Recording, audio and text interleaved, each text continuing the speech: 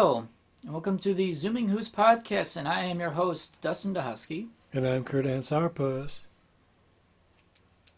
Welcome to 2021 once again. I'm still getting used to writing that on paperwork. I don't have to write it on anything, thank God. Yeah, the mystique of a new year kind of wears away after a while once you write it on paper so many times. But when you think about it more, it's like, oh my God, it's a new year. But once you write it, it's like, oh, okay. Yep. Back to normal. Yes. So what has Puss been up to? I've been working. Aw. And loafing. And loafing. And reorganizing. And finding old things that I forgot that I still had. Like this handy dandy UV light. Oh yes, that thing is fantastic. Yep. Not enough gum stains, but oh my God, dust is everywhere. Dust is everywhere. Lots of books. And clear tape that I did not know existed on my wall. Yep. That was a fun surprise. Oh, what happened to your tape player? Did you put that away? Yeah, I was going to connect it to my PC. You know, that's one thing about the 90s and in the early 2000s that I do miss a bit. What's that? Is audio cassettes? Yep. Yeah. While I didn't own many, I still use them. I still have some. I want to get I more. Have more than some. I have a lot. I want to get more rock and roll cassettes because when I get my sound system going, which is a little dinky sound design unit that it's impressive to me. It's not going to impress any audiophile, but you know what? It does not have to because it's just my stuff. Yeah. If I want to one day, I can get a better Pioneer or a Pioneer receiver, which I can see myself spending at least $250 on a really old retro receiver. Yeah. And I could be fine with that. But right now, I'm not in the market to really buy anything new. Right. I already have two receivers that work all right. Actually, they work pretty good. It's just they're not the high-end stuff that a lot of locals tend to really gravitate towards. I think this is part of an earlier episode of being criticized for having sound design, which is like 70s, 80s technology, well, not just technology, brand that just... I don't think you'd ever be criticized for it. I mean, a lot of retro equipment has become kind of the new fad now for people. Yeah. I mean, like, people have Pioneer, Marantz, there's other brands. I don't know much. I don't know much about the audiophile community. I like listening to music. I like listening to vinyls. That's what I'm hoping to do, is to repair my needle, or actually replace the needle that's in it, and hopefully it'll work, but I don't know if it will. Aww. It's no way in telling if it will work, as I hope, but can only try at this point. I had an old Sony receiver.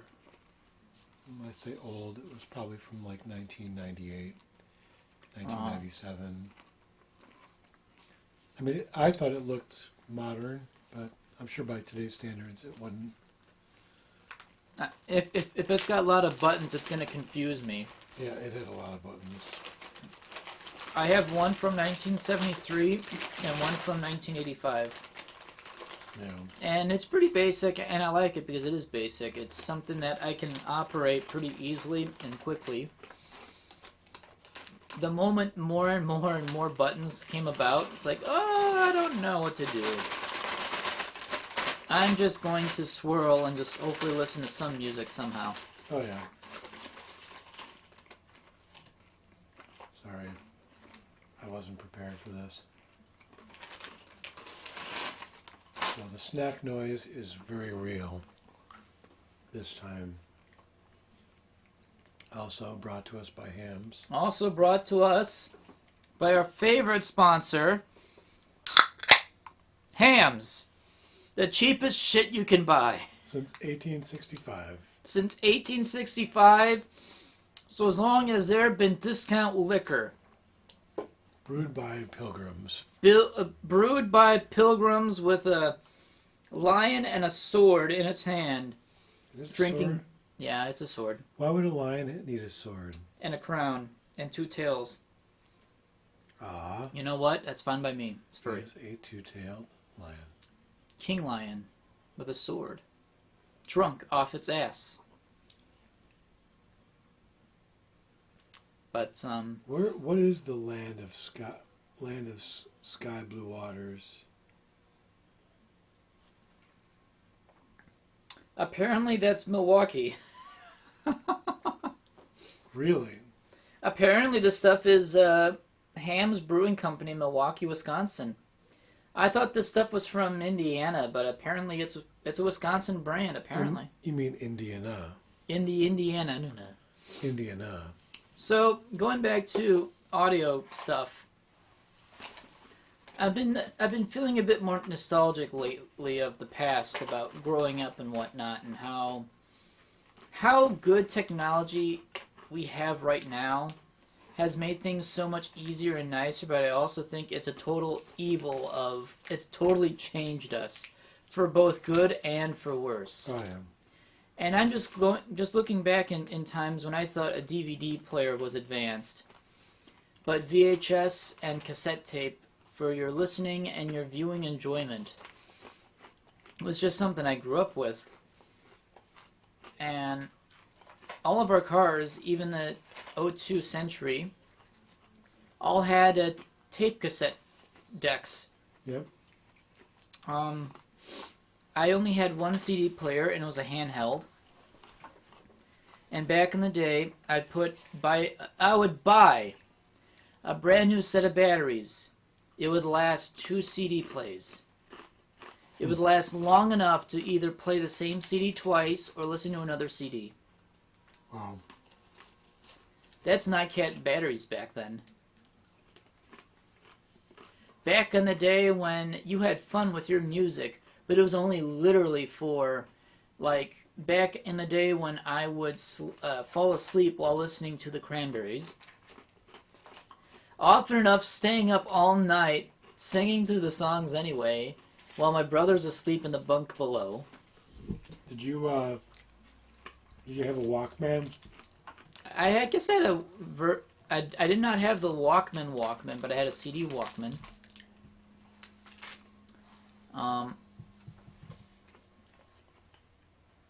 I'm sure someone had a tape cassette player that you could walk around with, but it was not the Sony Walkman.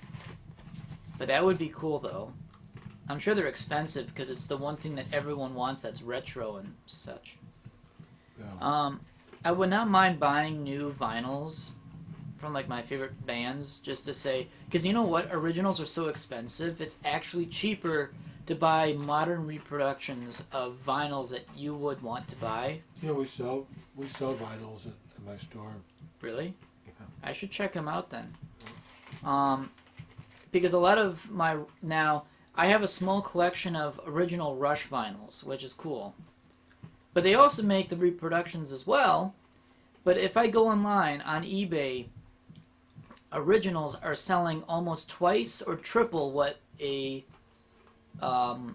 reproduction one would cost right now. Which the reproduction is great because you don't have to worry about wearing out your original vinyl.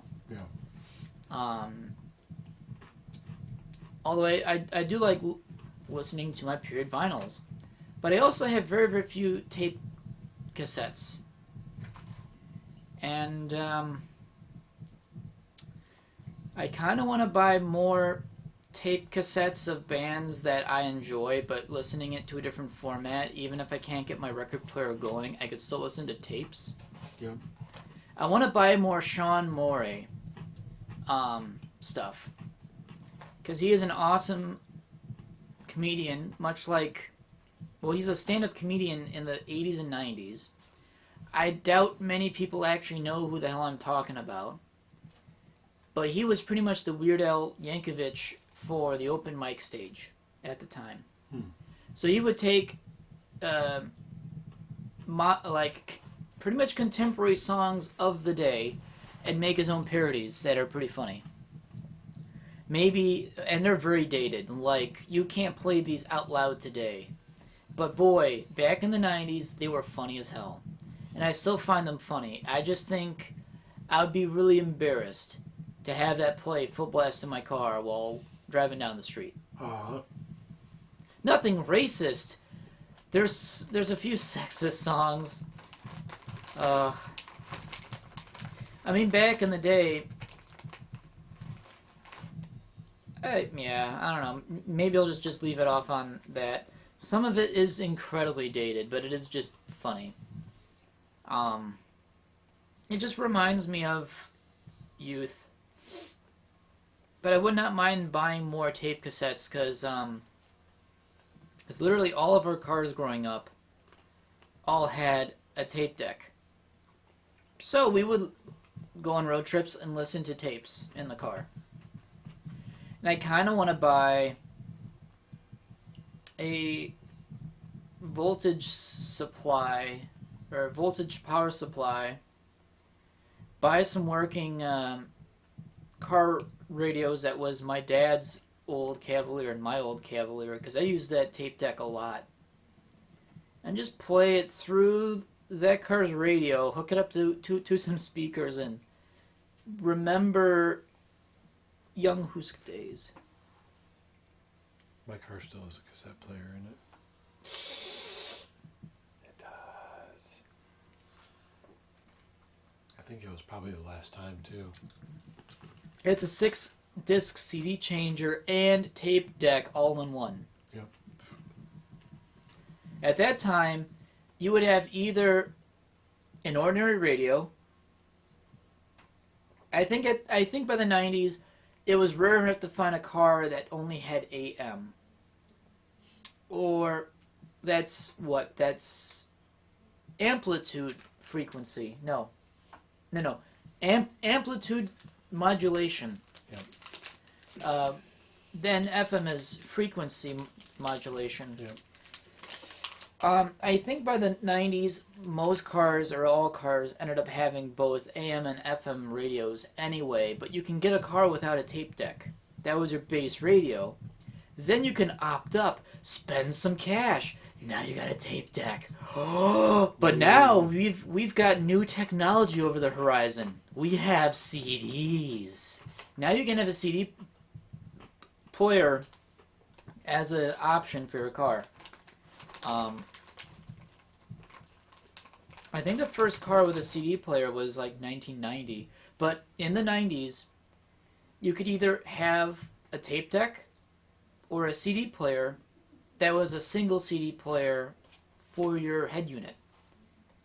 But in the day, you can buy one mounted in the trunk or in your center console that is a CD cassette style CD changer that you insert it in with your 6 other CDs, so you can have 1 plus 6 on tap and just play through your radio.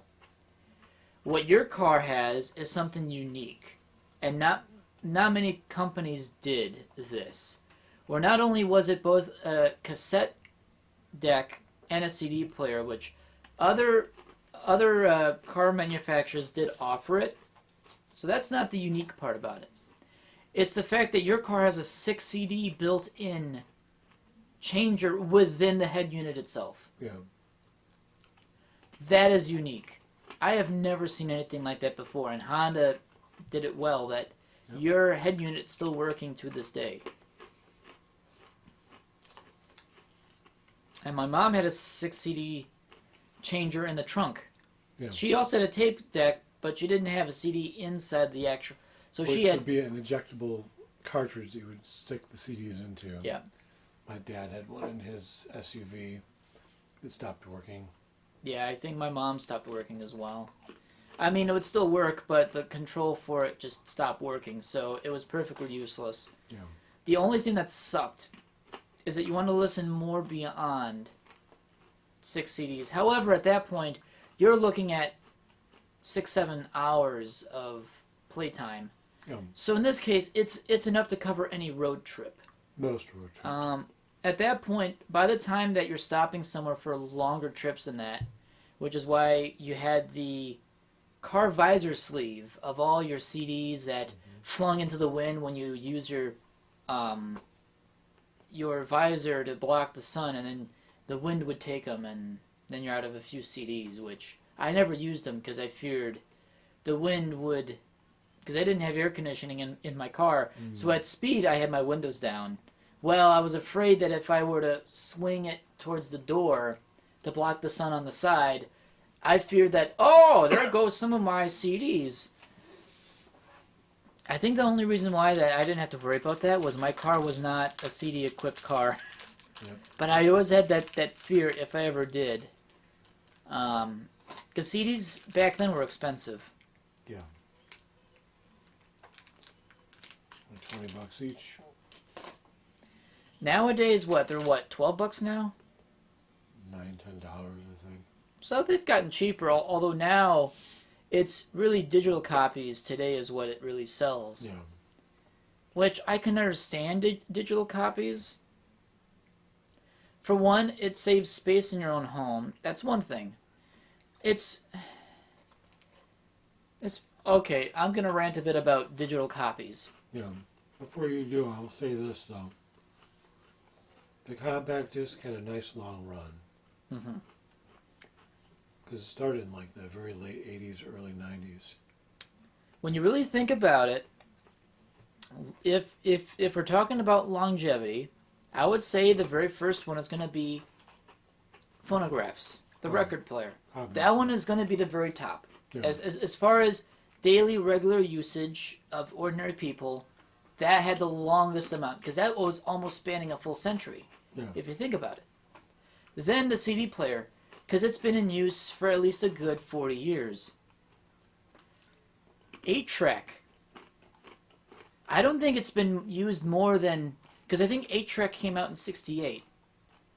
And it was fully dead by the early 80s. Yeah. However, companies were still making... they were still making new cartridges for 8-track well into the 90s. But as far as new receivers, machines, radios that could still use an 8-track player, they were pretty much done by 84. Yeah. So you're looking at almost 10... you're barely looking at 15 years of actual use. And then the cassette tape, which were really huge in the late 70s when it was introduced. So about 77, 78, I think, is when they came out. But by the early 2000s, it was almost technically surpassed by CDs. Yeah. So really, the last two formats, no, the last three, really, if you think about it, the record player has been the longest use in terms of music enjoyment. Yeah. In both just recording and listening. Oh. I never thought of it like that before, but really, out of all of them, 8-track didn't get very far. And it was a widely accepted format, too. It's just, it never reached the full popularity that eventually records did. Yeah. Cassettes lasted longer because they were actually thinner. 8-track being you could put 8 songs on a track. So you could technically have a vinyl album's worth on an 8-track player. Yeah. But then cassettes came along and you could put a little bit more on it, but not much, but you could put a little bit more. You might be able to get away with like 5 songs per side. Maybe, if the songs were short. You were able to get that much information on those little tiny strips. Yeah. And then CDs came along, and the sky is the limit at that point. Mm. Well, I guess it... 650 megabytes was the limit. Right. However, you could put a lot more. Then they upped it to 700 megabytes. And that was the max amount of data you could have on a compact disc. Mm.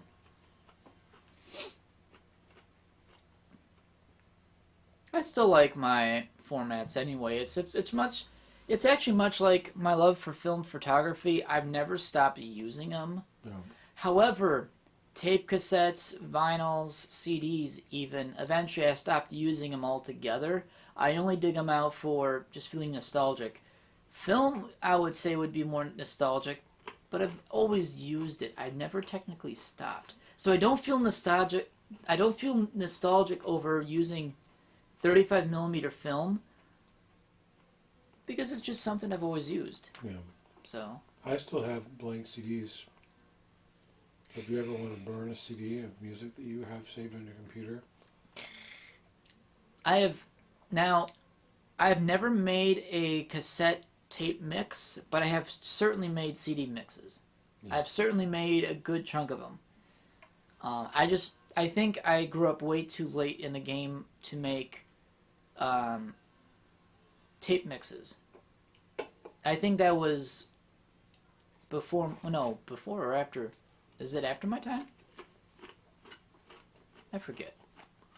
Before my time is obviously. Oh yeah, so it was. well before your time. Right. I made tape mixes with my first girlfriend.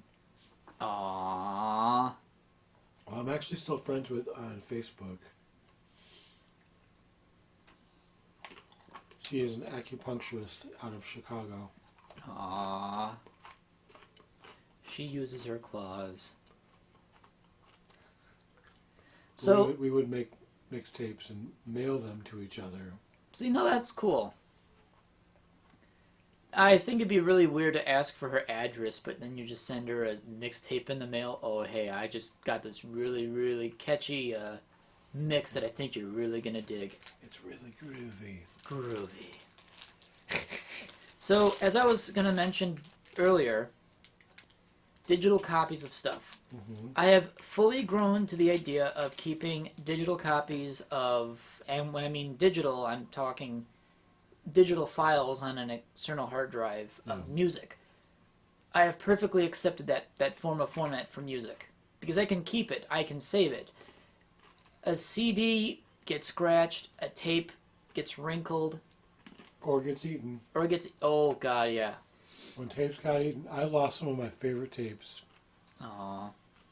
I salvaged a couple, one or two that literally have tape, like Scotch tape, On it. taping the tape together. Oh, damn.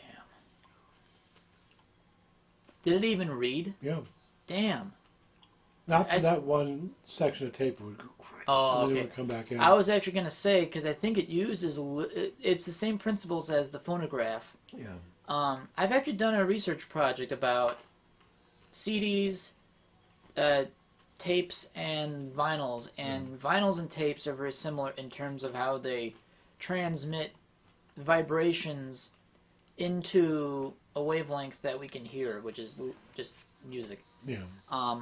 So the digital copy for music is something I can fully get behind. Yeah. The one thing that, and you know me, we are surrounded by books. I am book hoosk. Yep. And I always will like to buy books, because you know why? I'm trying to rely less on the internet for information. Buy books that would probably be higher quality to learn off than it is to go online to find something and then find absolutely nothing, or all the things that is also absolutely nothing. But then, online, you can buy a Kindle version of your book. My first gripe. I already stand in front of a computer all day. So, having to read a book on a computer infuriates me. Because I don't need... It's the same with my phone. I can be on my phone for a while, and after a while it's like, okay, I'm done with this. I'm going to take a break for a few hours. Read a book, do something that's not involving a screen. But when you have to read a Kindle ebook on a screen after looking at a screen for 8 hours, you tend to get tired of looking at screens, right? Yeah. Now, this is my nerdiness. The second one. It's not physical. I don't get the physical satisfaction of having a book. It's on demand. I can go to my bookshelf, pick exactly what I need, and then look at it anytime during the day, unless there's no light, and then I find light. A Kindle book, you need to power it up. And charge it. I don't know. To me, I just kind of feel like you get yourself cheated out because you don't have a physical copy of such things. And I think a few years ago, me and my dad were talking about this, and you've been over to my dad's house, and you've seen his library. I love his library. I'm jealous because he's got the perfect setup. Yeah. It'd be my eventual ideal setup when I have my own place, is to have a setup similar to his because it's just so perfect. He is just as much a nerd as I am, but he's got a lot more quality books that you can't buy anymore. Are those frozen? Those are frozen pepperonis. Aw. They thaw quick. I was talking about digital copies of books. I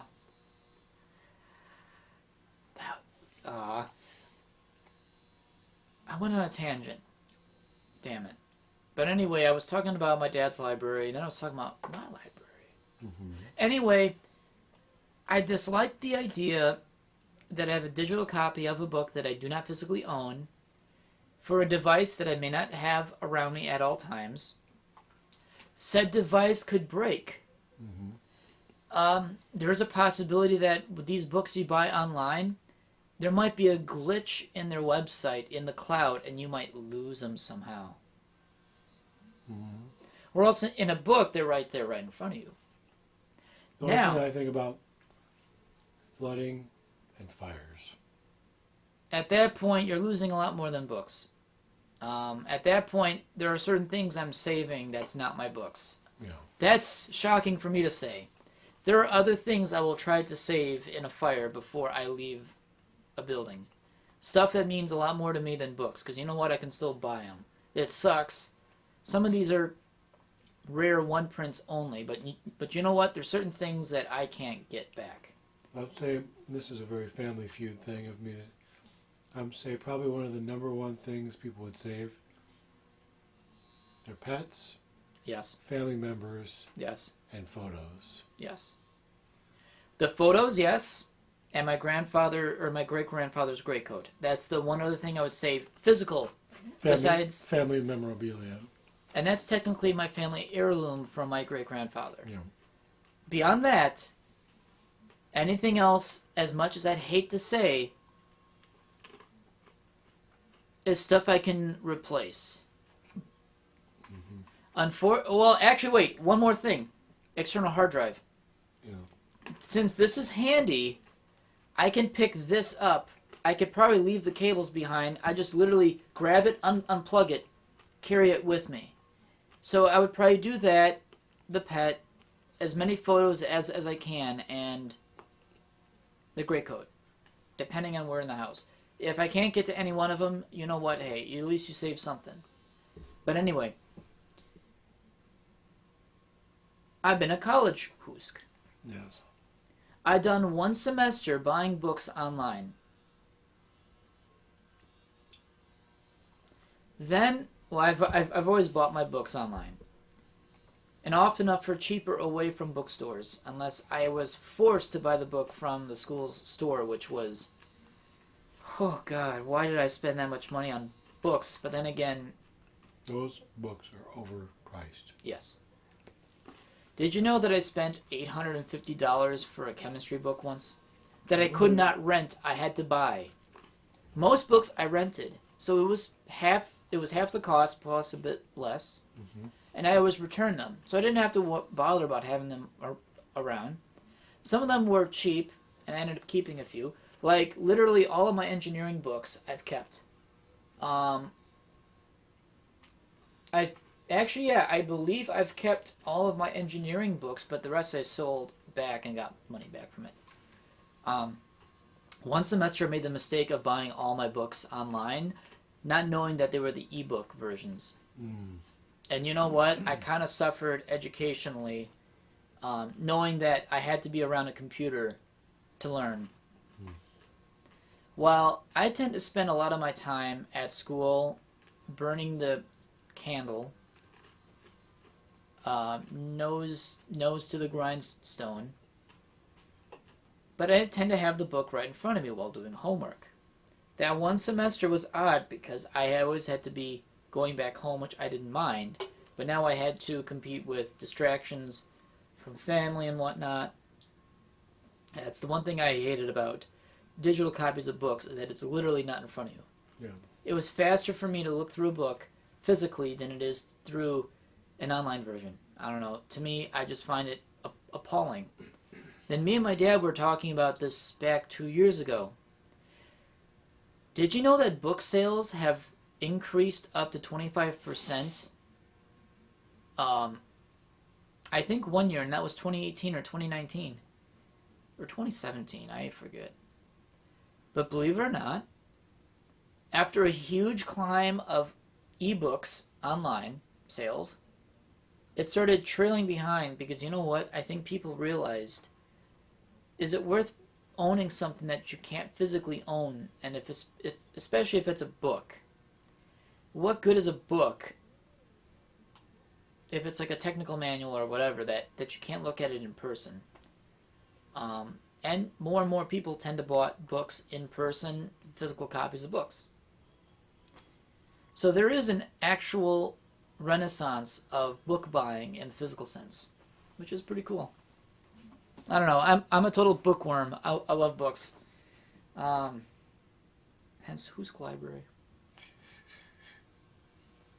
Have you ever bought a digital copy of a book? Comic books, yes. Would you do it again?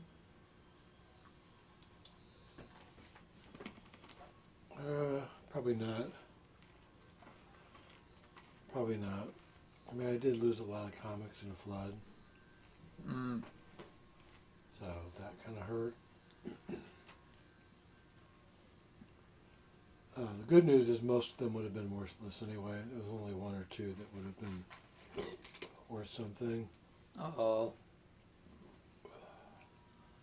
The Gem Wars, which is essentially what we were dealing with in the latest Marvel movies, Captain America, Spider-Man, the Infinity Gauntlet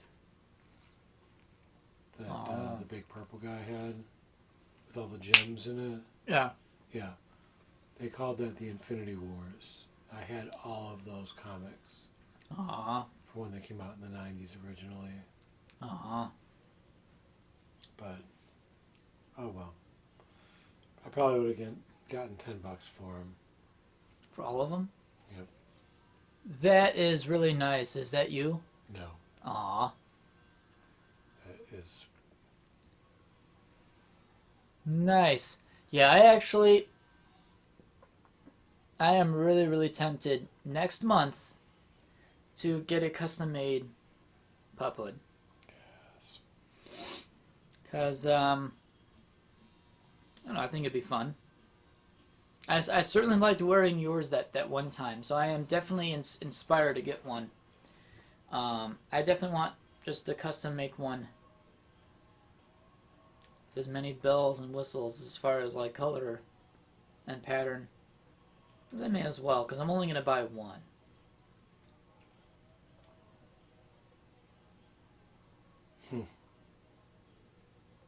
So, what is new with the Sourpuss? Well, I cussed out my ex-supervisor at work. Tell us, how did this happen? I took her boxes out of the baler, and she got mad because I was redoing her work. Because she doesn't care if it was going to jam the baler or not. And I kind of do. Because you'd have to be the one to unjam it. Yeah. Quite possibly. I've dealt with many a jammed balers, so I wasn't about to let it happen. So she left in a huff because I wanted to redo her work.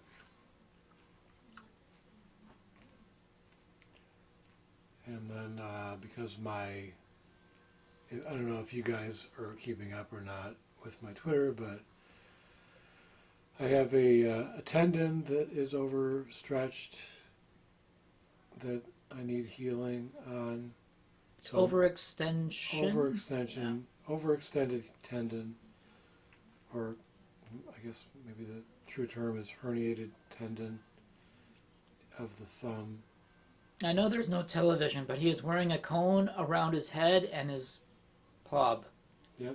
So he's got 2 cones right now, one small and one big. Yes. So I do not bite at it. Nope. And so that he's not tempted to touch the hurt paw. He can vocalize with bits through cat snores. Oh yeah. And then all the bats come flying at his window like, oh no, it's a cat. It's a cat in a cone. Did we podcast on Saturday? Did we? I think we may have. And that was definitely the first podcast of the year, so yeah. No, I don't think we did. You sure? I don't remember. That would have been the second. Because the first was Friday. Oh my God, what's the game we play? Catan. I know we Cataned on Saturday night. We did the podcast before they played Catan. I feel like I may have already shared this story. About how you hurt your hand? No, about the fight that I had with my supervisor. I can't remember. But just in case, let's just do a recap. So, quick recap. I tried to fix it. The baler, which was unbalanced still. I like to wedge boxes underneath to kind of even it out so it's laying in there flat. But I couldn't quite reach the boxes that I was trying to reach to help wedge underneath these flat boxes. Because some boxes go in there still built up. Some go in where already flattened. Mm-hmm. As I'm sure you're probably aware. So I'm holding the boxes in place with my covered pob and trying to reach for boxes that are on the ground. She's gone already. Some other idiot is standing there watching me do this and not offering to help me. Because a lot of your coworkers are useless, oh my God, insufferable dickheads. Yes, to put it lightly. So And by that the time seems to I'm be done, all of them. a lot of them, a lot. And you consider that most people don't get paid enough there. So why bother putting the extra work? Right. Okay, I get that. But still, when you see somebody struggling, you offer to help. Yeah. So I was pretty perturbed at that point. So when I saw her again, I said, by the way, I could have really used a hand. And she got pretty upset, angry about that. Probably because she felt guilty, which was the point. She knows I have an injured paw. But she walked away anyway. She saw you struggling with your cones. And she walked away. And later on, I believe she got in my face again, and all I said was, then I repeated the same word, and she got really, really mad about it. Just really angry, and stormed off, and I said a lot of things I probably shouldn't have said. I know that you both said fuck you or something. Oh, there was definitely some fuck yous, a lot of F-bombs being thrown around. I told her, just go ahead and walk away like you always do from your problems. Salty poos. A couple times I said that. And then I even said at one point, and this is why I apologized later. I said, this is why you don't have friends. Oh. Yeah. I was not happy with her. She was very mean. So when someone gets in my face, I throw a little dose of reality at them. Just a rule of advice or rule of thumb for anybody out there. Don't piss off a poos. Oh, no. I've done that a few times. Because as soon as I have ammunition, look out, man. Yeah, he will come swatting. I will come swatting. You first think it's adorable, but then you're actually afraid, and Yeah. then you start hiding in a corner, and there he is looking around the corner like, I found you. Yep. Prepare for the beating of my paw. Yep. Speaking of which, I have a video I have to show you. It is a stray cat swatting at all the people walking by him. Oh yeah? Yep. It's just like overexcited, like, "Nyeh." Yep. I love it when cats swat, because it's the only animal that will do that. He gets a few people really good. He's just like, Really? yeah, it's so funny. You know, dogs don't swat. Not in the sense that they could. No. Big cats can swat, however, they're big and lumbering. Yeah. House cat swats are terrifying, because they strike Yeah. like lightning, Oh, yeah. and with force. Little boxing swats. They do boxing swats, Yep. which is adorable, but then you feel the power of them punching you with their little tiny paws Mm-hmm. is just funny and adorable, and then terrifying when they follow you. Yeah. So, after our little fight, she finally went one way and I went the other. I was pacing too. I was like a lion in a cage at the zoo. Looking at babies. Like, all I need is to get out of this cage, man. Just open up the gate. I want to maul some motherfuckers. I was pacing angrily. I've never paced like that. Were you growling?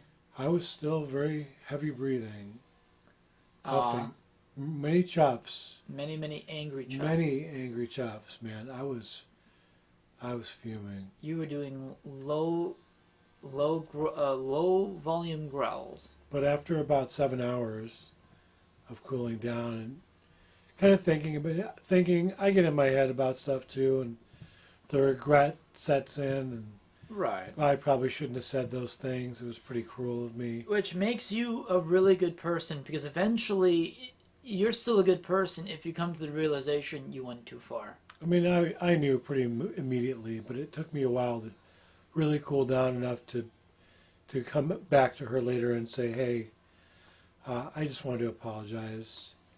A lot of the things I said, most of the things I said, were uncalled for, and you didn't deserve to hear it. And I shouldn't have said it. It was not very nice of me. Although you do speak from the heart, which do. may or may not always come to haunt you, but you eventually come to your senses and say, Well, okay, this was probably maybe a bit too much. Yeah, and at that point, she just said, don't bother. Like that. Yeah, don't bother. She's kind of interrupted me, basically. So don't bother. This is the third or fourth time we've had a fight like this, and we just don't work well together. And She sounds like you're both in a relationship. I think she's a crush on me. Oh, that's right. You did mention something like that earlier. You argue with the people you care about. That's true. I've noticed. And I think she has a crush on me. Just simply say gay poos. Gay She poos. knows. We have conversations every day about dicks we want to suck. Eduardo Gigliotti comes to mind. Shout out to Eduardo Gigliotti on Facebook. My friend from Italy. That's one dick I'd like to suck. He has an Italian penis. Yes, he does. Because it is an Italian penis. It's an Italian sausage. Ah. But yeah, I think she has a crush on me. Or had. Probably not anymore. I think she's too pissed off to care anymore. Yeah. Yeah, I'm basically not even, I don't even exist to her now. You've not only been friend zoned, you are effectively dead to her, which is probably a good thing, because you just want to be coworkers with her anyway. You don't. I don't even want to be coworkers with her. She has a horrible attitude because of being demoted. It really bleeds through in her work because she doesn't want to do a good job at all. She complains about everyone around her. She complains about the management team. And all I can think there is, you were a part of that management team. Mm-hmm. So what does that say about you? Yeah. You know? Yeah, you're literally shooting yourself in your own foot. Ever since she found out she was being demoted, every time I ask her, hey, what do you want me to do? I don't care. Do whatever you want, is the reply I get. What? How tiring is it to hear that all day? Like, literally. I was thinking about doing grapes and setting up a new end cap. I don't care. Do whatever you want. Doesn't that sound like almost... That's a manager that doesn't give a fuck anymore. Not only that, it almost sounds like she's angry because I want to do a good job. Because I'm trying to help the company out, quote unquote, and that doesn't bode well in her eyes because she hates the company so much. Her words, Walmart is the worst job she's ever had. Well, has she been looking for work? No. Okay, so she's her own worst enemy. She has no one to blame. And I've said that to her, too. I'm like, you need to find something else then. If you're not happy here. I've not been happy at my job for a long while, and I've officially started looking for jobs after my birthday in August. So you're making an effort. I'm actually making an effort. I have not found any good... I have not found any... Now, there are jobs out there, but they're not maybe the... It's not to say there are no bad jobs. It's just... Right. Exactly. I'm trying to find one where I can still make the same amount without too much bullshit in my schedule. Yeah. If I can keep something even 4 or 5 days bunched together and I still have 2 days or 3 days off consecutively... Yeah. I would be more than willing to do that. Yeah. It's just there's so many jobs out there that have the odd, weird scheduling that I don't want because I would just not. She just strikes me as the kind of person that she's happy to be unhappy. Right. Because she does not make the effort, like you said, to find another job, anything. I mean, she's not made an effort. It's just... I hate my company, but I hate my boss more than I hate my company. So, if there's anything like... It's like, today I was thinking, if I were to stay in this company for another year or two, if I wanted to, one, the company would have to pay me more money. Because I can't be here any longer than what I'm being paid for, because I will never go anywhere. There has to be a pay increase. And my boss has to go. My boss must be terminated and be kicked out and thrown out on his fat, artificial hipped ass. Does he have an artificial hip? He's got 2 of them. And this was before he turned 50. Wow. Life is really going to make him a troll. Not the internet trolls we're all thinking of. I'm literally talking about a garden gnome-like troll who is going to be hunched over... absolutely crabbed ass, all like spare tire, blubber-necked, fat head. Ugh. I thought about it today. If there was one means that the company will say, hey, if there's anything we can do to keep you, what are your demands, right? Because most companies would still want to keep whatever work they can save within given reason. And I think both of my requests, even the one about being paid more, will not go through. But especially the one of, well, you start me at $15 an hour, and I'm really considering staying. But you know what's really going to keep me? Get rid of fucking Ryan. Yep. Get rid of him. Promote Lynn to be replacement warehouse manager. Because you know what? All of the warehouse goes to her anyway. Yeah. She deals with all this. Ryan just sits on his ass in his office watching Fox News. In fact, apparently today he was watching a TV show about a man who bought land, and he's got like dozens of miles of old gold mine tunnels that some kind of weird, stupid show that he's totally hooked on because he watched the first episode. And it's all spooky and ghost and whatnot, but it reminds me of Oak Island and that weirdness where they found treasure from the Templars somewhere in Maine and Nova Scotia. And that kind of stuff's like, yeah, after a while you enjoy it, but then it's the same old thing. Too much suspense for not enough actual action. But I thought about it, thinking, what would take to keep me at this company? Because I don't want to be at this company any longer than I want to. The first job that is ideal in terms of wage and in terms of schedule. I don't mind working weekends again if I have to, so as long as I get paid handsomely. And it's got some good benefits, but mostly the schedule. It's got to be somewhat compact enough to where I still have time off to veg out. Yep. And you know what?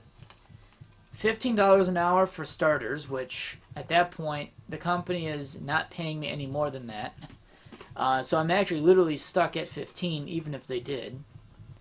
There are jobs that start at 15. Start, not end, start. My company apparently ends at 13. While they say they can pay workers up to $18 an hour, they won't. So that says that. And then, That's a lie. Yeah. It's funny, when you were describing your boss, all I could envision was Danny DeVito in that wig from Always Sunny. Oh, Raised. derivative, bullshit. Now this is art. Oh my god, you know what? Danny DeVito will always be my spirit animal. But Sabine, or is it Samine or Sabine? Sabine. Savine? Sabine. As okay. in Sabina. Sabina, okay. So as far as Sabine's concerned about working for a company she hates, Yep. she's making no actual effort to get out. No. What, she's 54? She's in her mid-50s or something like that, Yeah. right? So there are other jobs that could still take her Yeah. if she wanted to. She could actually go work at a cleaning job at a school district for 10 more years, or even 15 more years until she retires. Yep. May not be still good pay, but she could still get benefits, vacation time, more, well, the benefits would be good, the pay would still suck, but if she applied to any school district for a cleaning job or something, Yep. she could make good money. And she could work on her own. Yep. The thing is, though, it's her work that she has to depend on, meaning she can't half-ass No. her work, which, if she's been complacent to the idea of only doing enough and nothing more, She won't even do enough. she'd only do the bare minimum. Definitely the bare minimum. Yeah. If that. Because at Walmart, you can get away with below the bare minimum, and most of the time there are no consequences. I feel like that is the absolute evil about Walmart, not in the sense of the company itself, but in the work environment. You know. Getting away with only doing the bare minimum, and getting away with even some consequences that don't reach to you anyway. No. So you literally walk away free, which, okay, that's Walmart, great. You won't get fired for it. However, at any company, there are some consequences. Here's a perfect example of no consequences. In the past 2 months, we've had 4 pallets of salad boxes, those pre-made salads, Mm-hmm. left out of the cooler overnight. Oh. The whole thing went bad. We look at it and we're like, well, we're not going to sell this. You would be able to. No, I'm not going to sell this to people and have them return it and come back and say this is bad. My salad is flat. My salad went flat. It's all brown. My chickens are clucking. They have beaks. But yeah, whoever it was that left it out, never heard back about it. Not for Because- management. Because number one, Sabine didn't do the proper Procedure. whatever steps to let whoever it is that's in charge of our area of the store, that whoever, I mean, she could, if she cared enough, she could find out who pulled that pallet to our to the front of the store where produce is, and they could hold the person responsible, have them written up, or whatever it is that they do to, reprimand people for messing up. But she does not care. Instead, she's happy to complain about it, but as soon as you say, well, do something about it, so it stops happening, it ends there. They just don't do anything about it. So that same person keeps doing it. Like I said, 4 times in about a month.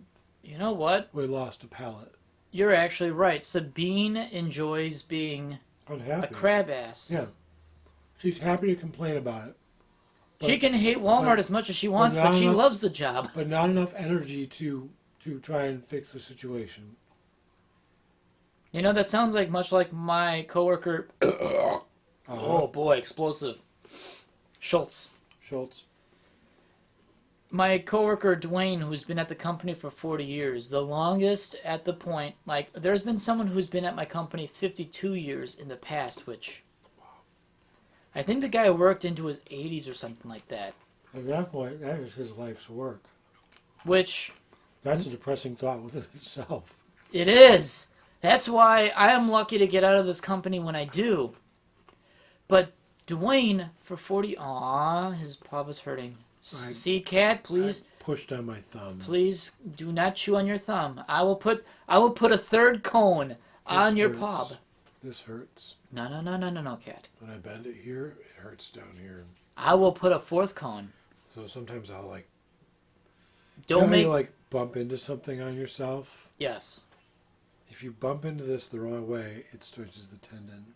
Oh yeah, it's like a rubber band effect, yeah. Yes. I will put a 5th cone on your hand, and you won't be able to you'd be able to get ventilation through your hand by running.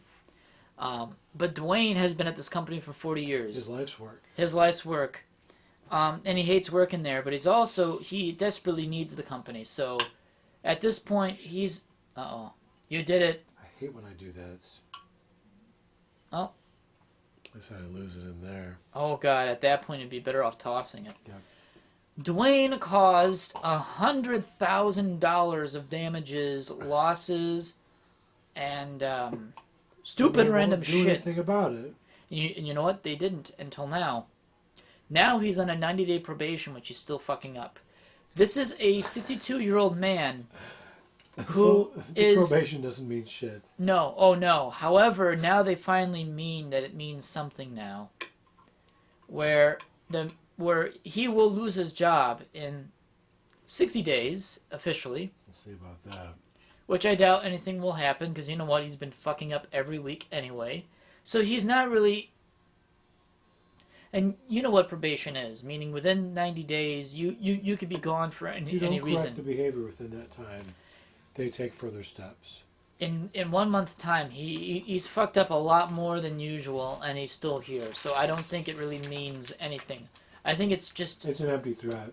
And it's always been an empty threat. But he's Most like... these companies... Yeah. You have to be caught like stealing TVs out of Walmart to get fired. Or not show up for like a month. And then now, wait. Do you get to keep the TVs if you steal them? Well, I mean, it depends on where the TVs end up. Because who knows, that may not be a bad idea. A smart person would steal them and hide them somewhere. Or sell them, resell them. You'd have to be really, really smart to play around with inventory to know someone, or if you're in data entry, because if I were really evil, and if I really wanted to make bank after all the shit that I've been through with this company, my company has high percentage content silver parts that are which are worth thousands of dollars, with a small container about the size of this plate and many silver parts. Yep. All in the shape of M&Ms. All in the shape of M&Ms. And the reason why they're silver and why they are almost nearly pure silver is we have to wear rubber gloves to make sure our oils on our hands do not tarnish the silver. Right. Which wouldn't do much because they'd probably clean the parts anyway upon assembly, so there's just an extra step that we're doing that probably doesn't matter. If I were data entry and if I knew silver parts came in and I could punch or stab a hole into a box, destroy the little silver trays, to look like 5 silver pieces were missing during transit, even though they weren't, and I said, hey, we don't know what happened. They just must have got punctured and lost in transit. So we're going to file a claim for 5 lost pieces and enter the rest into the system. Mm-hmm. I have 5 pieces of silver that probably is worth about $1,500 to $1,800, right, which is nuts. And then go to a jeweler and say, hey, I got like 80%, 90% silver content parts that you can smelt into whatever you want. Right. I could be that evil. It's just when silver parts come in, it's always an inconvenience to do so, and I'm not that dishonest. If I got fucked by this company so bad, I probably would consider doing a inside heist. Because everyone in this company has been fucked in one case or another, so everyone's got a motive to fuck this company over. Me, it's just leaving. Because there's no one to replace me. And they need someone like me to keep the gears run. Yeah. Which is glory. Which is glorious, because I have a dumpster fire in my name. It's going to be fun, because they won't be able to fill that up for months. Going back to silver. Yes. Cadillac converters. Yes, in the 70s and 80s, Cadillac converters had little, no, not silver, platinum. Platinum. They had platinum, which people would literally sawzall underneath your car for the Cadillac converter, run off with it, and then trade it in for whatever. Still happening today. Oh, yeah? Yep. I don't think they use that much platinum these days, but one of the ladies... The older cars still do, though. She had an older car, and she said she went out to her car, and it was running really loud. And it wasn't running like that when she came into work. And then she looked underneath, and then there was... It was just gone. Just a section missing. Yep. That's amazing. Yep. It's like... Now, 3 things that people tend to steal on a car back in the day. Yep. Tires for their rims. Hubcaps. Well, I mean, hubcaps is one, but I mean, it's not something where you can't drive home without. Like, no. Yeah, it would suck, but you can still drive home with. People did steal hubcaps. Right. But it would normally be for the alloy wheels, because those were expensive. They would steal factory or even aftermarket radio, pretty much the aftermarket or factory radios of cars, which is stupid because they may only fit in one particular car. Yep. Aftermarket ones could go anywhere because you could put it in any car, but a factory radio I don't understand. And catalytic converters. Yep. And I don't hear much about people stealing stuff from cars. On my last car, someone tried to steal my antenna. And the only reason why they couldn't is they were tightening it instead of loosening it. Because the radio it's actually a circular shank on the bottom where it screws into the antenna body mount on the car. There's these little 2 spanner flats that are cut into the shank that you can put a wrench on it, and you can untwist it and replace it with a shorter one or a new one or whatever. Yeah. They were dumb enough to realize that they didn't realize when they were trying to steal my car's antenna, they were tightening it because it was actually twisted this way, righty-tighty, right? Uh-huh. So when you strip a hex nut? Oh, yeah. They did this to the antenna. So they couldn't turn it anymore. They couldn't turn it any more tightly, but they never thought to untighten it by doing lefty-loosey. And you know what's the kicker? My antenna was already bent. It was bent because when I took it to the Kia dealership, they accidentally raised my car up on a lift too high where it reached the ceiling. Yeah. And the only reason why they stopped was that the antenna started scraping on the ceiling. Wow. So it actually bent. It actually kinked the antenna mast. I would have made them replace it. I did not even know until years after. If I had noticed, I would have been like, "You're going to pay for that." Right. So the antenna mast used to be fully straight. Afterwards, I noticed the very tippy top, like the 4 top inches, and the bottom 4 inches were kinked, so it made a little zigzag. Yeah. I kept it like that because you know what? The antenna still worked. I'm not spending $5 on a new antenna. But I would have made them if I had known. If I would have known at the time, yeah. They tried to steal the antenna after it was bent. That's hilarious. Did they even notice that? I don't know, but it was only after it was bent that someone tried to steal it. Which still perfectly worked, but why would you want to steal a bent antenna that you can buy brand new straight from a store? I don't understand. People are stupid. Yes, they are.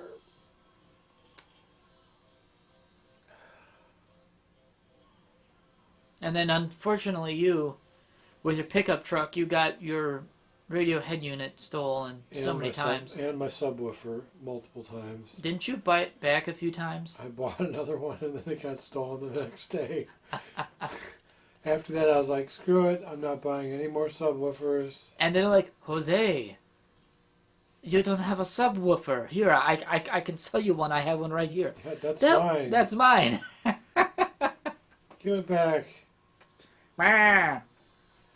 We had guys that used to try and sell stereo speakers out of vans all the time. Did you know anyone who would buy them? You know, I had one person that considered buying one. Oh my god. And to think that somewhere in the distance there is a squad car with binoculars looking at people who would... Yeah, that's such a... Oh. Sketch. Yeah.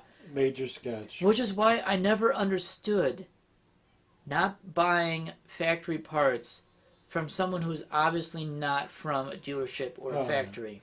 If they're driving around trying to sell it, there's hot items that they're just trying to get rid of. Here, I got this nice cassette radio for a 96 Cavalier. I won't sell it for $100. I won't sell it for $80. I will sell it for a flat $29.99. Hey, this looks like one that I had from my own car. Oh, bye. At that point, I'd be better off buying even an aftermarket one and installing it. Yeah. I wouldn't even bother buying another factory radio. You may as well buy something cheaper that do the same job or even better. I still would like to replace the speakers in my car that are blown. You know what? This spring, let's actually do that. Yeah. We'll actually go online. Actually, I think we can buy a speaker kit for your car. Yeah. And we can certainly do that for you. I think that'd be pretty fun. I have not done speakers in a while, but they're so fun. Because my Cavalier had paper cone speakers, which were so cheap. They sounded all right until I blew them all. Mm-hmm. I think I only have one blown speaker. And the other one's not blown already? No. Because normally when one goes, the other one will. That's just how it always works. Yeah. I would not mind to actually put in speakers again for a car. Because I know I'm going to have this car for a while longer, so I figure... May as well enjoy... Might as well keep it, in good condition. Because, I don't know if I still have them. I don't know if it's selfish, but for all intents and purposes, I'm keeping this car in good condition for me.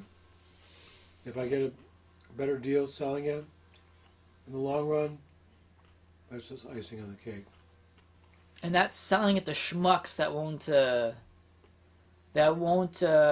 tell you, oh yeah, my wife spent $100. Will you accept $500? Yeah, oh my god, that bullshit. That pissed me off. That guy was a douche. I sold the car on the premises of I never want to see this guy again. That was a fucking line that he had. Rehearsed and ready to go. I'll tell him that my wife spent the money. You know what? You may have to stop me if that guy comes back to wanting to buy your car. Oh. I'm going to be very vocal and I'm going to say, hey, your wife spent more money without you knowing. You may have to stop me because that pissed me off. I wouldn't even let him start to negotiate with me on my car until you got the rest of the money that he owed you. And that would be a really actually a good trick. Put a for sale sign in my car just to make him come back. Oh my god. Oh, we're not actually selling it yet. Where's the $100 you got? Yeah, there we go. You owe me. Or even better yet, pantsless. We just have our balls just hanging out and say, hey, Yep. With the wig that Danny DeVito wore. yes, on our balls. Yeah. Just flowing hair. Actually, flowing black hair. Except it's upside down. It's completely naked, oiled up just like Danny DeVito. I just want to be pure. Here, just take it. Yeah, if that guy who says, hey, is he still interested in selling his car? No, he is not interested in selling his car. Because that guy was interested in buying Eric's car. Yeah. That's I know. He just bought that car. Well, what about the guy with the Accord? No, he likes that car. He ain't selling that one. So he was already asking me stuff like, yeah. I'm just so glad I don't have to see his mug again. Holy fuck. Yep. But yeah, I think that'd be really fun to just Trick somebody into giving them the rest of the money they owe you. I mean that would be nice. That would be fun. I mean, if you really think about it, $100 is $100, but still, and we shook on it. And he told me, "Are you a man of your word?" Oh, bullshit. Yeah, that's what pissed me off the that most. That guy's a prick. You should have ended the deal right there and said, nope, you know what? Sorry, no deal. Yeah, he was telling me after we shook, "Are you a man of your word?" It's like, are you fucking kidding me? Are you? Yeah. That's why I'm telling you, you better stop me if I see those guys again, because I'm going to give them word. I'm going to give them lip. I won't stop you. Okay, good, because there probably would be some broken noses, and one of them might be mine, but the other one's definitely going to be theirs. Because that pissed me off royally. Holy I wouldn't stop you. I would let you... I would literally take the chain off your neck and let you... Just strangle the guy? Yeah. You know how the dog's like barking and he's like... Yeah. He's like stuck on the rope? I'd be like... Yoink. Chink, and let you just run at him. Oh, fuck. Aggressive Hoosk. Yeah. Well, you know what? It's actually still a nice car. I wouldn't... I mean, it gives you good service. It's well in order anyway. And you know what? I think it's just front door speakers, and I think front door. I don't know if your rear doors have speakers as well, but we can do those. Because I don't know if Hondas have the rear speakers in the door or in the back parcel shelf. But It's in the back parcel shelf, I believe. Yeah, we can still replace them. You know what? May as well just replace them all anyway. We'll just wait for a nice warm spring or summer day and just do it all. I think that'd be really fun. Yeah. And you know what? We could get it done in one evening because it took me days to do my Cavalier. Because, I'll tell you this. Changing speakers on a manual crank window car is a pain in the ass. Because you got to do the one thing. The thing is called unleashing the Jesus clip. Yep. It's not Jesus Christ on each window crank handle. Mm-hmm. You literally have to use a sock. Yep. I'm going to use a can and a sock for reference. You literally have to do this with the post of the manual window crank to get a C-clamp to get caught in the sock so that you don't lose it. That was a new trick that I did not know, and I'm so glad, because you know what? I would have lost that clip. That's such a bad design flaw if you ever have to switch something out like that. The whole reason why they do that for manual window cars today, because back in the day for like my Skylark, there is a screw. You just undo the screw and it comes out. Easy. However, it's an exposed screw, and nowadays an exposed screw is unsightly in a new car. Not just unsightly, it's an invitation to a theft. Well, it's just invitation to your car was built pretty cheaply. Yeah. And my Cavalier had a C-clip, which hid unnecessary screws, which I will give them that. But putting those things back on sucked. But electric window cars or power window cars don't have to deal with that. It's just literally remove and then plug and play. It's just fun.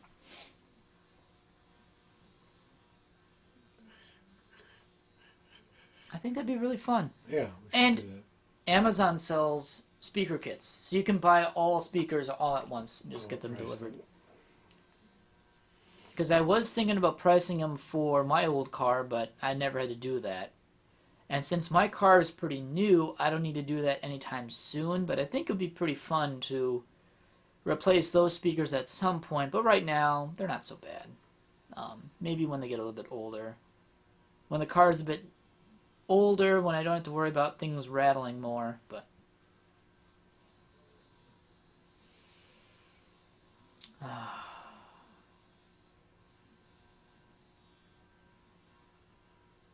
Yeah, someone tried to steal an antenna off my car that was bent. Not broken, just bent. And anyone can buy a 24-inch, well, I think it was a 36-inch long antenna. It was a really long thing. I'm surprised it was that long. You can buy one online for like either $5 or $10, and they're pretty sturdy. They're even more bend resistant than the factory ones, but yeah, people are weird. People that have to steal things off of other people is just stupid. And how are they know they're gonna make money off of it? Yep. And people know, hey, you want to buy some speakers? Oh no, they don't come in a factory box. They come in a cardboard box with a whole bunch of other shit. And like, well, where the hell did this come from? I don't know. It's yours for like $10. It's like, I'm almost better off buying brand new stuff for double that amount, knowing that it's brand new.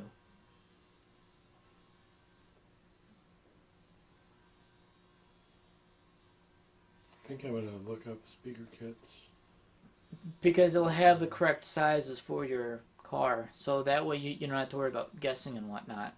You could buy the speakers at the store physically, but if you buy the same brands for the same wattage, I forget. I'm not an audiophile so much, so I don't really know too much about them. All I know is the aftermarket speakers really sound really, really good. Your car does have tweeters in the dash. I don't know how to get a hold of those, and I'm afraid. Your door speakers and your rear parcel shelf speakers I can definitely do. The tweeters in your dashboard I don't know how to get to. Those are the only ones that I'd be a bit more afraid, unless there's like videos online that will show how to get to them, but that might be really involved. Are you looking? I'm looking. Ooh. People are going to come up to you and say, man, those are some really nice speakers. Oh, thanks. And all it is just you aggressively vibrating. Yep. It's actually My you. My car is just purring, and it's just me. Purr dubstep. And then everything rattles.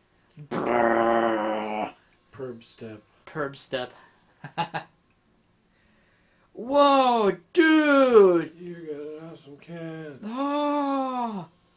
And then everything is just rattling off the car, but you're there sitting in it, absolutely aggressively vibrating.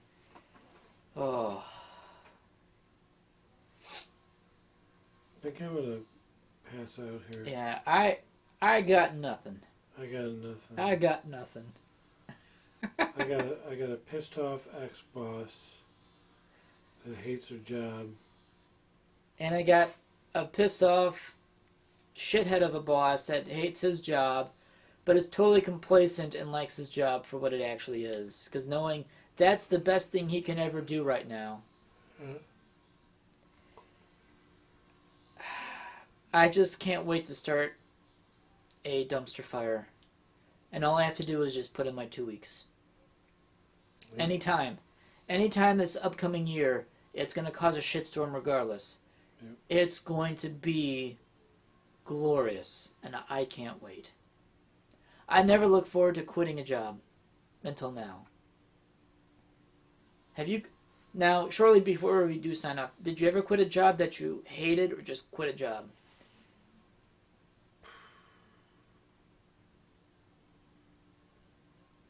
I kind of just stopped showing up. Oh. Like, I used to work at a hardware store. I was like 16, 17. And I didn't like the job only because I didn't know what I was doing. There was no training. There was no training, and all I knew what to do was tell people where the WD-40 was. And after that, I would just run and hide.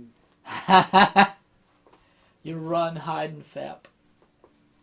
And they'd be like, Kurdan, there's a phone call for you on line 2 for hardware. Kurdan, phone call line 2. And I'd be like, I'd run and hide in seasonal. I didn't know what I was doing. See? Oh. Something happened today at my job. Sorry, I just suddenly got... I don't know how hiding in a hardware store got me to this thought, but just one more quick thing before we sign off. Sure. This morning, I was delivering parts to a factory in South Milwaukee. I've been doing this for 2 years. And, you get to say hello to some of the factory workers there. Sure, you get to know people. I don't know them by name. I just say, hello, how are you doing? Hey, it's a good day out. We just do small talk as I'm walking by. I don't normally stop, but I say several sentences along the way. So you get a good enough understanding of who they are, even if you don't know them. Right. And this one Mexican gentleman who seems to be a very jovial person, very, very friendly. And, you call me boss or chief or whatnot, which I understand with, what he's doing. He's just trying to make friendly small talk and, just someone to talk to or something. Mm. And I did this for 2 years until this morning. He did it like any other... Did he do slap ass? Oh, that'd be funny. Oh, my God. That's all that I'd do afterwards. So, I'm putting stuff away. He's walking by. We do some chit-chat, and he walks by. Then I go back to my cart and picking something up, and he turns around and comes back to me. He says, hey, what's that? What's your name? Like, oh, I'm blah, blah, blah. I'm like, oh, well, I'm blah, blah, blah. And you know what? I want to tell you that that I appreciate your positivity and your good aura. Sometimes it's nice to see a friendly face to know that your job doesn't totally suck, because when everyone's pissed off, you're going to have a really pissed off day. When you have good people saying hello and having a smile on their face, you're going to have a good day because it has a good aura rubbing off on other people. Right. Just like a bad attitude can spread, so can a good one. Yes, and he was talking about my good attitude with him, being friendly, saying hello, how are you doing, how was your New Year's, was it good? Just small things, small answers, or short answers, simple questions, just so that I'm not taking time out from their schedule, because they got stuff to do. But just enough to show, hey, I care, I notice you, I recognize you. I'm not going to say, oh, hi, or don't talk to me. This guy somehow appreciated my existence, and I don't even work with him. I even forgot his name, which I feel bad. But a total stranger appreciates me more in a different job than my company does that I've been working for 2 years. I felt like I was on cloud 9 because someone who I only share a total amount of maybe 4 or 5 sentences with, passing by, like passing ships in the night, tells me that he appreciates me more for my positive outlook and friendly nature that makes his day go a bit better, because I'm willing to say the few words more than most people in his department, maybe. Yeah. I was flabbergasted that a total stranger would say that to me. Yep. I'd have never had that happen in 11 years of anyone that I worked with or who I don't know came up to me and say, you do a good job, keep it up. I don't know, it's like I have to hear that from someone else I don't work with. And then people that I work with on a daily basis. It's nice to hear that. It is. I'll get that once a week. At Walmart? Yeah, from customers. See, no, that's great. That'd be the only... They'll either say, I appreciate you, just being friendly, or they'll say, you really make, whatever I happen to be working on looks really nice. See, that's great. And you do a good job. I don't hear that from my boss. No. I do hear it occasionally from Lauren, because she'll be like, Joe, it really looks good. You really made the berries look good. Because the berries get annihilated. And when I come in, I fix them all up. Everything looks nice again. If there's like tons of the organics, but there's like nothing of the other kind, I kind of spread it all out so it's kind of even again. So it looks nice. Right. Because nobody wants to shop a piece of shit. But if something looks nice, oh, well, then you go over and look at it. Right. And you see what you might want to buy. I'm just looking at it from a customer standpoint more than anything. Because it's embarrassing when our fucking department looks like a piece of shit. Mm-hmm. And that's the one thing Sabine and I can agree on. Like, there's a few things we'll get like, and I know you don't like it. I know you don't like it. Is it celery? No. Cauliflower? I don't mind cauliflower if it's hard and ranch. And cauliflower Kale. flowerets, when it comes in the one big cauliflower floret, Mm-hmm. We'll get these, they're wrapped already in plastic, we don't have to do it. And you can see like there's like plant parts around it, like part that you don't really normally eat. And then the cauliflower floret itself is like this big, Mm-hmm. like tiny, like one bite and it would be gone. And it's supposed to be a big, like, it's supposed to be like this, like a nice big thing. Instead it's just a little, she looks at that and she's like, we can't sell this for $5? That's embarrassing. So you can tell she cares a little bit, not much. It's more about being embarrassed about what we're selling. Right. Rather than being a good employee. But even caring that much, I don't know. I think... I've given up on her at this point. Lauren? No. Sabine. Oh, Sabine. Oh. Yeah. I was gonna say, Laura, you have... Lauren, we have fun. You do sexy karaoke, Weird Al Yankovic versions of songs. We do dirty karaoke in the back room of the fresh department. Was it Golden Shower or Piss on Me or something? Yeah, or? Pee on Me. Pee on Me. Instead of Rain on Me. That's the Lady Gaga song about golden showers. Now, I understand you're not fond of Walmart. It's a job. It's something that gets you by. But I'm sure any of those moments when a random stranger comes up to you and say, you know, we appreciate your hard work you put into this store and making it, I don't know if they ever say that, but the positive stuff that you hear not often is a bit of icing on the cake of, you know what, if anything that I take home today, it's this. Right. I appreciate hearing it, but that's why I always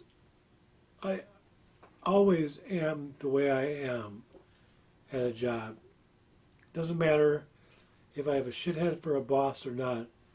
I'm still going to put the same amount of effort into every day. Mm-hmm. So when I get these compliments, while it's not so much shocking for me, it is very nice to hear the appreciation from a perfect stranger once in a while. But I'm not so much shocked by it because, and I'm not trying to be like snooty or snobby saying, oh, I'm perfect or anything, because I'm definitely not perfect. I've made my fair share of mistakes as well. But I always try to put a decent amount of effort into my job. Even if it's Walmart, I still make an effort because at the end of the day, my work reflects myself. Mm-hmm. And partially the department I'm in as well. But I do it, and this may sound selfish, but I do it for myself. You know what? Because I want to look good.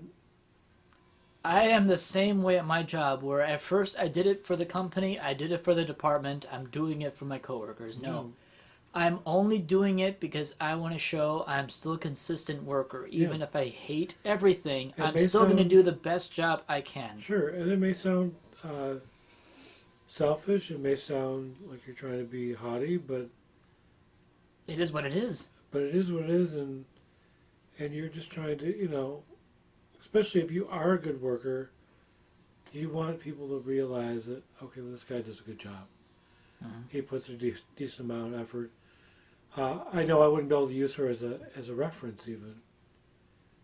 And any of the people that I was under when I first started, they're all gone. So I have only person that I could use as a reference. In fact, actually, there's two people. I could use the store manager from Delafield because he loved me. Because every day I went out of my way to just say hi. Mike, right? Yeah. Yeah. And same with Gail. Gail, and it's funny, everybody else I work with, they all say this to me. He never says my name. He doesn't even know who the heck I am. And I think to myself, that's funny. Gail says, hi, Joe, before I've even said anything to him. I wonder why. Maybe I'm friendly to him first. You give someone a reason to be friendly to you, they will be friendly back. Yeah. Don't just expect someone to know your name. Never want to introduce or start a day with, hey, fuckface. And I've never said, hey, Gail, my name is Joe. First of all, I have a name tag on, obviously. Yeah. There's some people that don't wear name tags. At that point, it's your own fault. You don't want people to know your name. Yeah. So don't expect them to know your name. Because we don't learn by osmosis. No. Not when there's 600 or 700 employees in one store. Oh, yeah. But the fact that he doesn't even have to look at my name tag now, he sees me coming and he's already like, hey, Joe, waves at me and says hi. When you get to know someone's Every day. name and you see their face enough, you don't look at a name tag anymore. You just see their face. Yep. So when I cornered him yesterday and talked to him about what went on between me and Sardine, he sat there very quietly and just listened to me and said, I understand. Today I asked him, I said, have you had a chance to talk to her yet? And he said, no, I've been dealing with some other stuff too. And I told him, you know what, don't bother right now. I'm going to feel her out. I'm just going to let her have her time because she's a woman. Not judging women, but they function a little bit differently than men. And I'm not saying it's a bad thing. But some people just need more time. So I told him to don't bother right now. Take care of whatever you need to take care of. And I'll see if I can work this out. And I say by working out, I mean we just won't talk. And I'll let her come to me. Because I've already made the effort. Yeah. And I'm not going to bend over backwards for her anymore. And I'm not going to give her a Rolling Stone magazine with Justin Timberlake on the cover so she can tear it up in front of me. Which that would be a really rotten thing to do. But then again, people are rotten these days. They don't care. Yeah. Oh. So, yeah, I'm just going to sit back. I'm going to let her chill out. Get used to the idea that we're still stuck working together at least 3 or 4 days a week. 4 out of the... We work together Tuesday, Thursday, Friday, Saturday. All those days I work with her. She's off Monday... I'm sorry. She's off Sunday, Monday, and I'm off Sunday, Wednesday. The rest of those days it's her and me, or her, me, and 1 or 2 other people. Friday, I think it's all 4 of us. Saturday, it's 3 of us. Today, it was 3 of us. And I believe Thursday is just me and her. Which is why this Thursday is going to be interesting. Oh, boy. Because I know Lauren's not in. She has off Wednesday, Thursday. And I don't see Carol till Friday. So, Thursday, that'll be a true test for us. It'll certainly be interesting. Ooh, what is that? It's a frosting heart. It's a frosting heart. So Saturday, I'm kind of dreading. I'm dreading tomorrow because I have to train with my boss on cycle counting. And he's already an idiot on many levels, which isn't saying much. Yeah. He told me on Monday while going to Pillar in Hartford, "Oh, well, last time you did a quarterly inventory check, you forgot to do inventory for a part.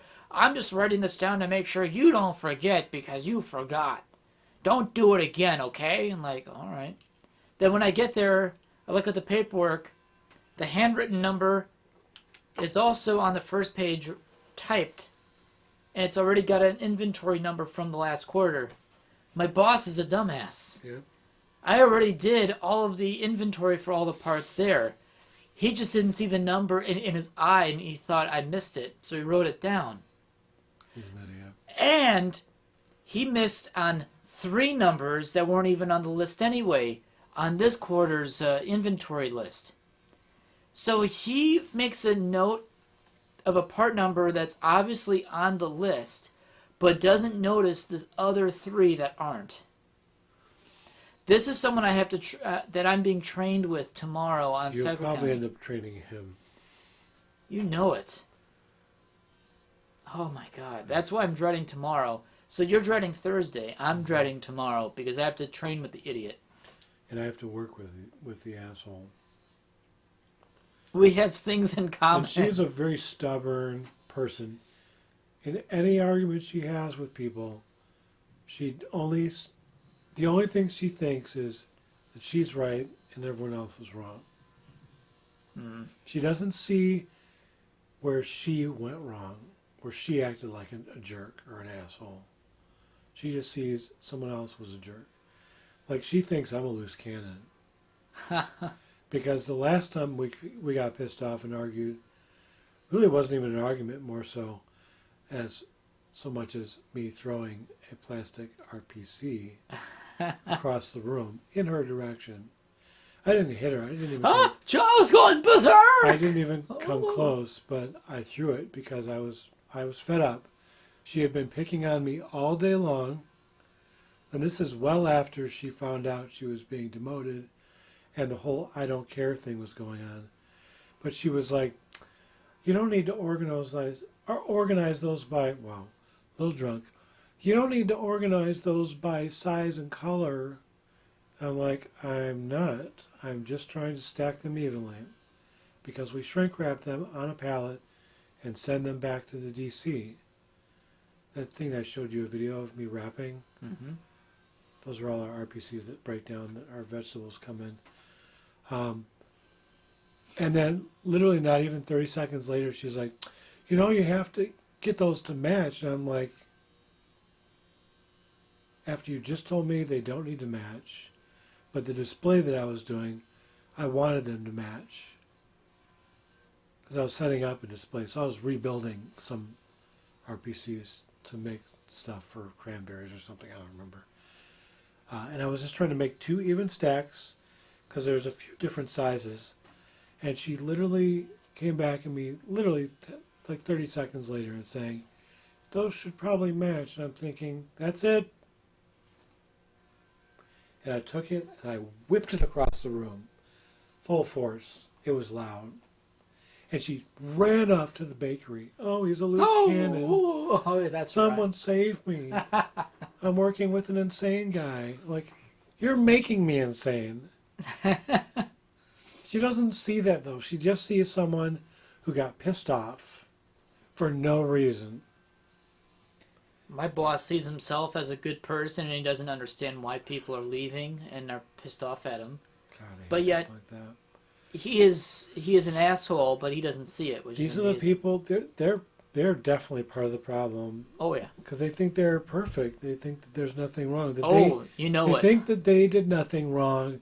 It's all everyone else. Everyone else around them is an idiot. Tony's making fun of my laugh. I don't know why. Well, it's because you keep coming after us for stupid, dumb, small shit that is not consequential to our work. And yeah, we make fun of you because, well, you're just too easy of a target that It's so fun. Yeah. Should be should it be above me or below me? Should be above you. It should be above me to not make fun of people. However, Or you should be above it. yes. Really. I make fun of my boss. It should be below you. I make fun of my boss while I work. Yeah. But you know what? I don't do that with any other person in my department. I only make fun of him. He's also the only human being I physically hate on this planet right now. And I don't hate anyone. And you know me, and I'm not someone who's capable of hating, and even if I did for very long. That's not a term you throw around very often. No. I hate my boss, and I will make fun of him, because you know what? He deserves it. He deserves it. And he's like, I'm actually a really nice guy. I don't know why people are doing this to me. You know, I'm actually pretty reasonable. I don't know, dude. Something else I thought of with Sardine. Sardine. I'm the only one that stands up to her. No one else fights back or argues with her. I'm the only one that can match her energy. And she does not handle that. She does not handle it well. I'm headstrong. I was raised by someone who's headstrong. My mom. Mm-hmm. Yes. Is a very headstrong person. Very argumentative. I try not to be so unreasonable like my mom was. At least towards like her later in life, she's become pretty manipulative and unreasonable. I try not to be manipulative because I don't think that's fair. I try to be a fair arguer, if that makes any sense. I totally agree with that, yeah. You know, I try, like, I'm coming from a place of reason, of common sense, of courtesy to others. If I'm doing something that pisses her off because I was trying to make someone else's job easier, I don't think that I'm doing something wrong. Mm-hmm. I'm not doing it in spite to piss her off. I'm just literally trying to be a good employee, a good loaf.